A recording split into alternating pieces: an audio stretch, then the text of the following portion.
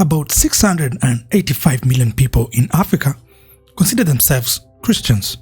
This makes Christianity one of the largest religions on the continent, with almost 50% of the population. However, this was not always the case.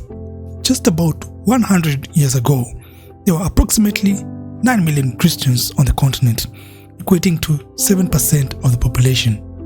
This means if you're listening to me from Africa, most, if not all, of your relatives were not Christians just a century ago. And that is of course excluding Ethiopia and some pockets of Northern Africa that adopted Christianity much earlier. And that's where the 7% roughly were. So how did Christianity become so dominant in Africa, and should we continue to practice it? More Africa. More Africa. Yet more Africa. Ni more Africa. Wabe more Africa. Yani. More Africa. Wabe more Africa. Yani. More Africa. It is a well-known fact that Christianity came to sub-Saharan Africa with the arrival of European missionaries. The first manifestation of this was in 1652 when the Portuguese formed the Dutch Reformed Church in South Africa. However, it was not until the 19th century when Christian missions to Africa dramatically increased. This was essentially because getting Christian converts was an extremely important and effective strategy for European colonizers to establish their dominance in Africa. Apart from being a good catalyst for colonization, Christianity also manifested itself as a means of cultural invasion, as conversion of Africans to Christianity was almost synonymous with westernization.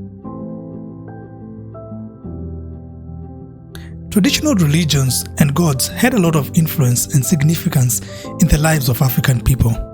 Unlike Christianity, traditional religions were not just a set of beliefs. They were incorporated and integrated into many dimensions of life, including people's social, political, and economic behavior. They also played a vital part in determining different customs and rituals, and this is precisely why religion had a significant place in all communities across Africa. This integration in different dimensions of life is a concept that most colonial powers failed to comprehend or chose to ignore, as many prominent Western scholars had the misconception that the influence of traditional gods was negligible and that it was purely theoretical and had no marked influence on life. In West Africa, missionaries encouraged and often forced people to renounce their traditional beliefs and accept Christianity. No regard was paid to African religions, as they were viewed by Christian missionaries as a pact with the devil, and missionaries were encouraged to undermine them. As a result, demolishing idols, destroying places of worship, and manhandling traditional African priests became very common.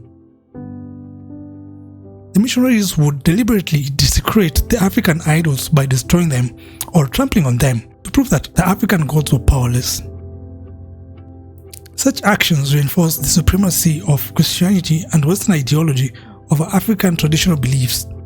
This caused many Africans to renounce their traditional religions and adopt Christianity and Western values. Both the Catholics and Protestant missionaries were present. They were heavily supported by the colonial governments and would receive financial incentives to expand their missionary activities. In turn, missionaries would help their respective colonial administrations to strengthen its position in Africa.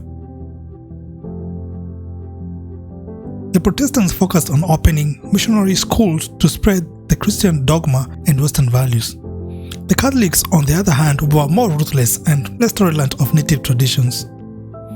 They were hell-bent on eradicating what they considered to be barbaric pagan rituals.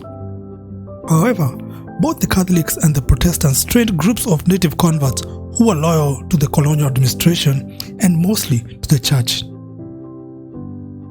They instilled hatred for native African religions and traditions in the psyche of these converts and used them as intermediaries. These groups of newly converts were the African agents of colonization who worked for the missionaries. They were able to exert more influence on their fellow community members than the white missionaries would have ever been able to. This is exactly the reason why operating through intermediaries turned out to be an extremely prolific strategy for the missionaries to disseminate their imperialistic propaganda under the cloak of religion, and thus helping the colonizers tighten their stronghold on the continent. Conversion of Africans to Christianity came with significant benefits and favors provided through mission stations by the colonizers to entice Africans to convert, as merely exposing them to Christianity or preaching was not sufficient for conversion. Most loyal converts were appointed as village chiefs and were used to marginalize and suppress the voices of the Africans who rejected Christianity and held on to the native traditions. In some cases, missionaries would also adopt shady methods such as bribing the village elders and headsmen to evangelize. Western education was, however, one of the most notable tools they used. They deliberately instilled Western ideas in the minds of the students that had lasting impacts on the values and beliefs of these people. The hated Christian missionaries held, and the colonists' propaganda that there's nothing valuable in African traditions was transmitted. One by one, the native students bowed down to the imperialists and looked down their own traditional cultures. They saw their gods as evil and the prince of darkness, similar to the way Christian missionaries considered African people to be the children of darkness. This made them to also turn against their very own people who rejected Christianity and chose to adhere to their indigenous traditions. In their minds, the colonizer was the bringer of civilization who carries the good news to African savages.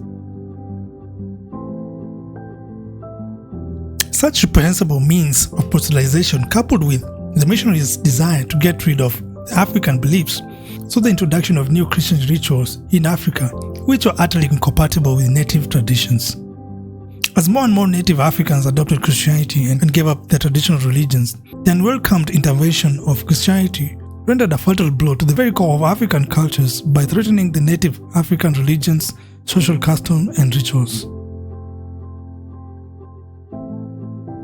African cultures, unlike those of Europe, China, India, has often been despised, ridiculed, and even dismissed by outsiders. And thus, this is how Christianity came into Africa, used as a catalyst for damaging social cultural fabric of African societies.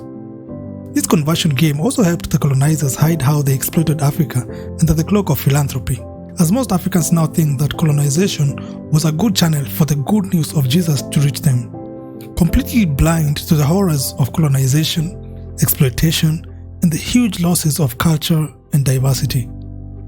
With that being said, there's no denying the fact that most of Africa is now dominated by Christians, and those who are practicing Christianity today are doing so not because of any visible colonial pressure, but by their own accord. The effects of missionary activities has been able to work through the transmission of religious values from parents to children. It is, however, important that we do not forget our past or look down upon our indigenous traditions, because if we do not appreciate and value our pre-colonial past as free Africans with our own rich indigenous institutions, we will never be able to break free from the psychological shackle of the colonial past. Christianity was tactically imposed on us Africans by the colonizers, which made us hate our native religions, because Christianity was projected as pure and indigenous religions as evil. The obvious motive behind such a project was to trick the colonized population into believing that colonization equates to civilization and spiritual emancipation. This is precisely what we Africans living in a post-colonial world must unlearn. In Swahili, there's this saying, "Mwacha mila ni mtumwa," which translates to, "Those who abandon their culture and traditions are slaves." I am a young African, waking up to the fact that most of my people are self-hating mental slaves, unknowingly participating in the extinction and genocide of their centuries-old cultures. Rich cultures that my children will likely never experience, but this is my effort in trying to save what is left for them. Your practice of Christianity and praying to Jesus is not superior to the practice of your traditional religions. Gods are man-made concepts that every culture has, and no clear benefit comes from practicing or praying to either or. However, Traditional cultures are tied to your roots and the core of who you are. And you thinking they are evil or ungodly is you just demonizing yourself and your ancestors who practiced these traditions for centuries. So help me fight this mental slavery by liking, commenting and sharing this video.